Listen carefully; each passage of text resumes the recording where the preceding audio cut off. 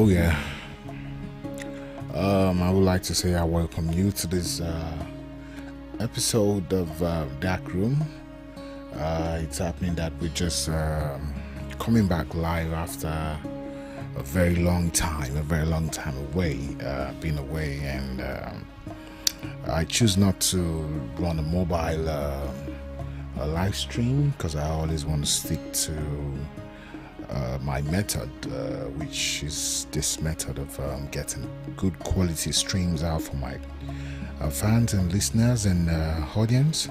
I say welcome you all again back to Dark Room, and Dark Room will be back on again, and I will be coming every now and then to come talk about what we know how to talk about the best on Dark Room. So today, without wasting much of your time, we would be talking about what you see right now on the screen, and it's all eyes on the judiciary. You know, that's been like the term that has been in vogue or that's been trending in Nigeria for some couple of weeks, if not months now, and they've basically been having all eyes on the judiciary.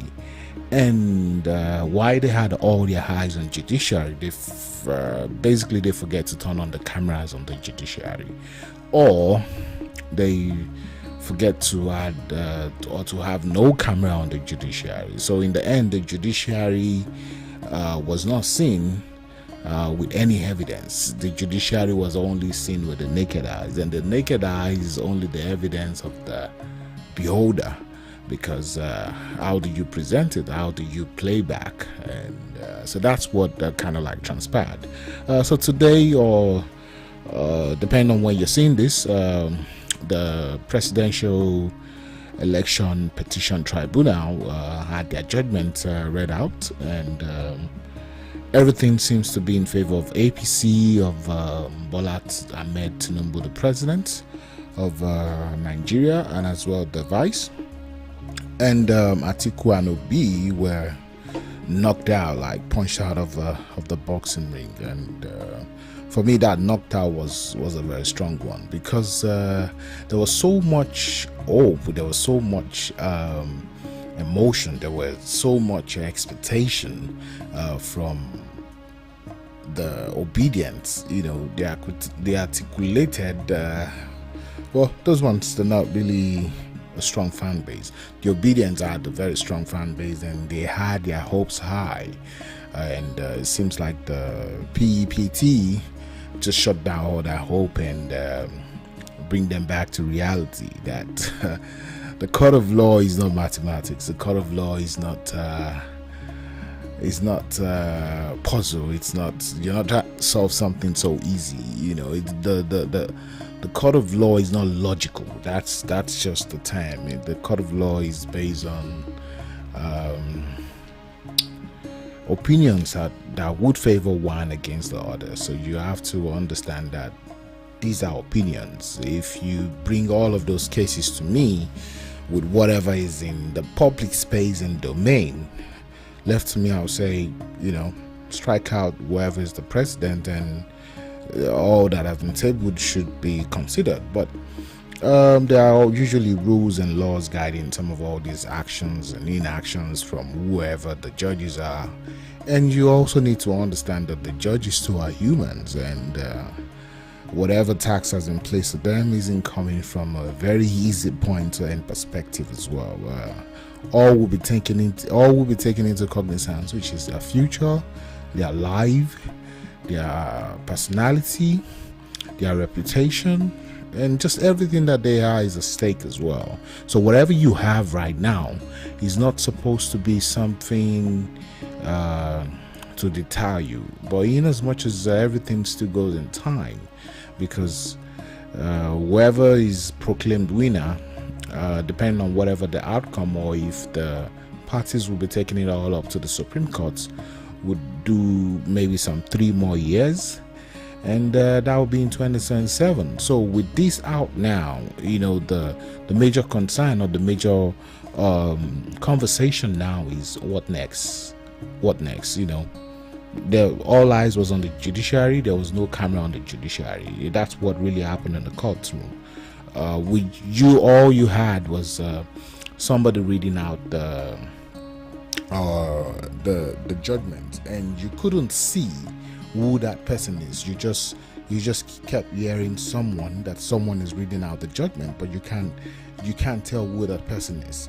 So with this in line, maybe you permit me to use the caption that I have there, which is all eyes on the judiciary and no cam. Again, no cam means no camera on the judiciary. And the big question is, what next? What is next? Yeah, what's next? After all the fanfare, after all the excitement, the hopes, the belief, the expectations, it's crashed now, because that's it. That's what it is.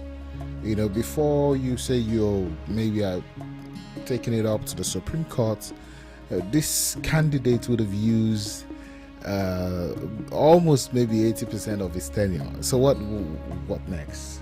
Well, just I agree. What next? So the only thing that is next and feasible right now is 2027. But do you still have your hopes on the election, on the Nigerian election for 2027? Because all what this judgment has played out is the fact that, one, the Nigerian election is not by the people, but to be determined by a group of men or group of people who are regarded as the judges, which is to be determined by their experience in their profession, or to be determined by their experience in life, or to be determined by their logical reasoning in life. So all of what they said was supposed to be about technicality, and technicality has to do with all that they have experienced, or they have been taught or read or known in the court of law that has happened in the past, to judge whatever is happening now, how they correlate. So they gave out so many conditions why things wouldn't be possible because of what has happened in one certain situation in the past. So what next? Just like I'm asking again, what is next? 2027, you want to go get your PVC, you want to go the fanfare, what next?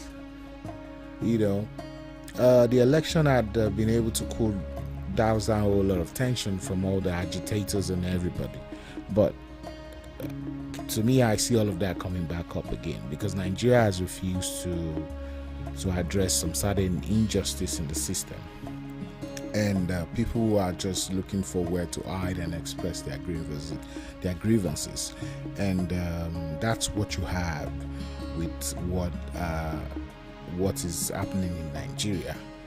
So for so many people, there will be so much confusion in the atmosphere, because the question of what next is what is going to confuse many of the voting populace in Nigeria, because one, so many people are going to be shut out of the electoral system with the belief and feel that whatever they do don't count, because many will feel cheated, and now they are out of the game, because in the end it still wouldn't count. And so 2027 means, it's still the same system, the same set of political system, and the injustice, the developments as desired might not have been achieved. So what is next? Are you still waiting for your candidate to go to the Supreme Court?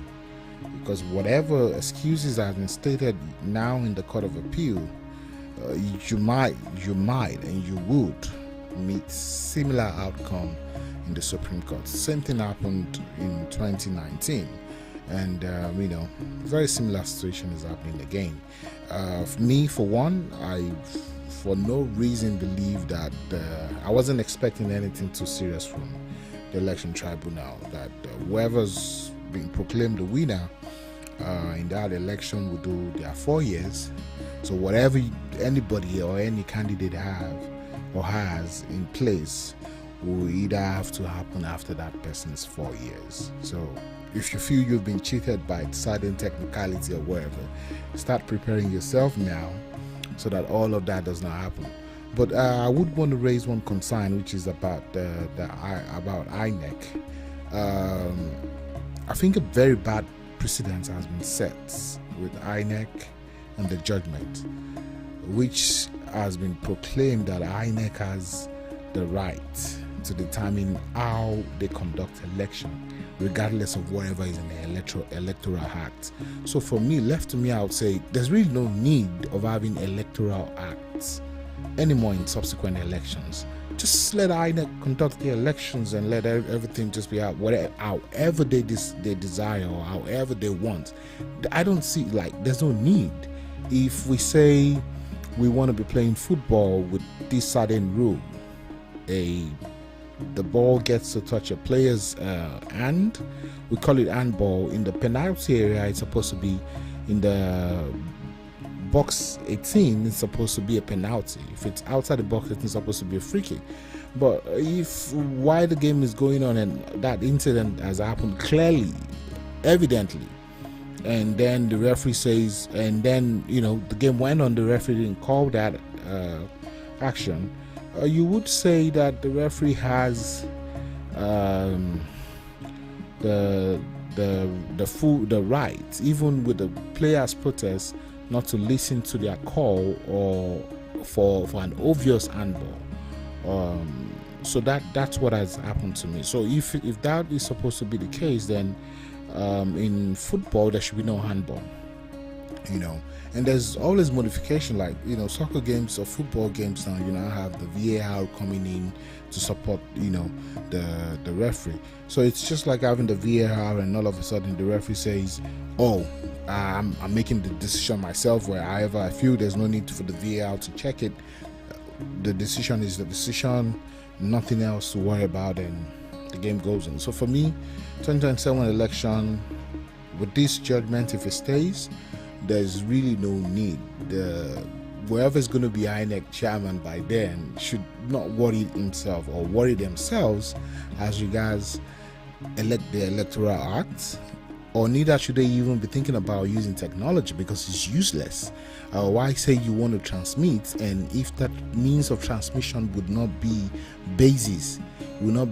part of the basis for verifying or ascertaining the results that you claim is emanating from different polling units. So for me, that statement, I feel like that should be something the INEC shouldn't worry about subsequently. There's no need for electoral act, because the INEC can decide after the election, during the election, before the election, how they conduct the election. So there's no need for that. There's also need for technology. There's no need for electronics. Just print out the papers and let the election go on. That's just what I can deduce from that judgment. Everything from that technical point, as being judges, lawyers, whatever they've experienced in that field, they've decided it. But then I also feel that when elections are always or to be decided in the court of law, it limits the power of the people in a democratic system. A democratic system is supposed to be judged based on the people. And if there is dispute as regards any election or dispute as regards the method of any election, it should be categorically looked at as against what was the agreed method of that election taking place. If the agreed method is this, was it duly followed? Was there any problem?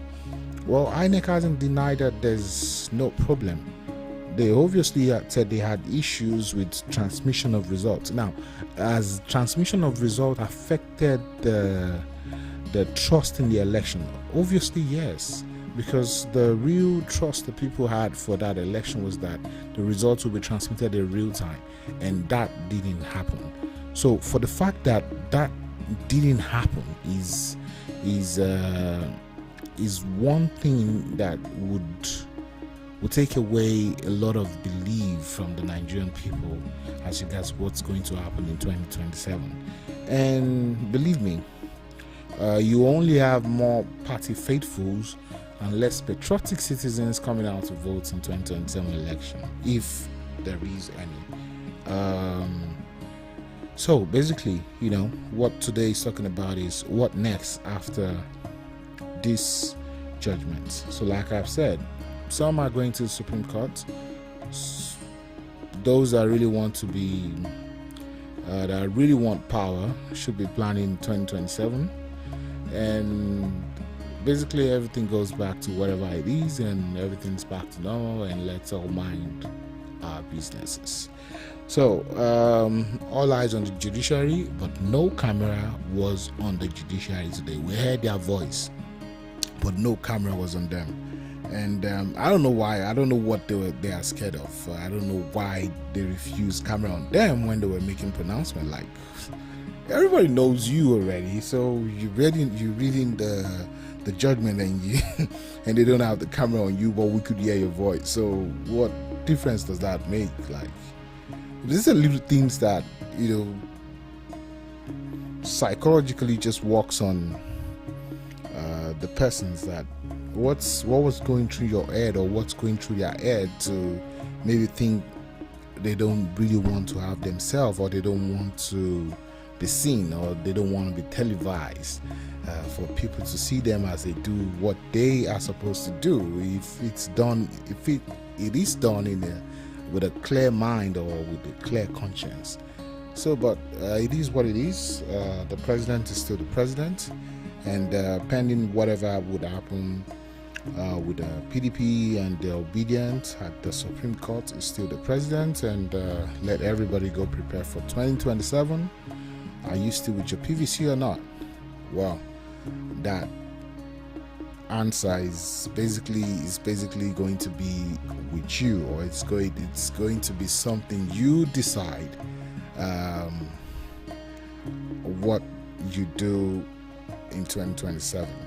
So if you're just watching or just catching up with this podcast, this is Dark Room, and Dark Room, we have a section, or this section of the podcast, that I call What Do You Think? And this is what I think.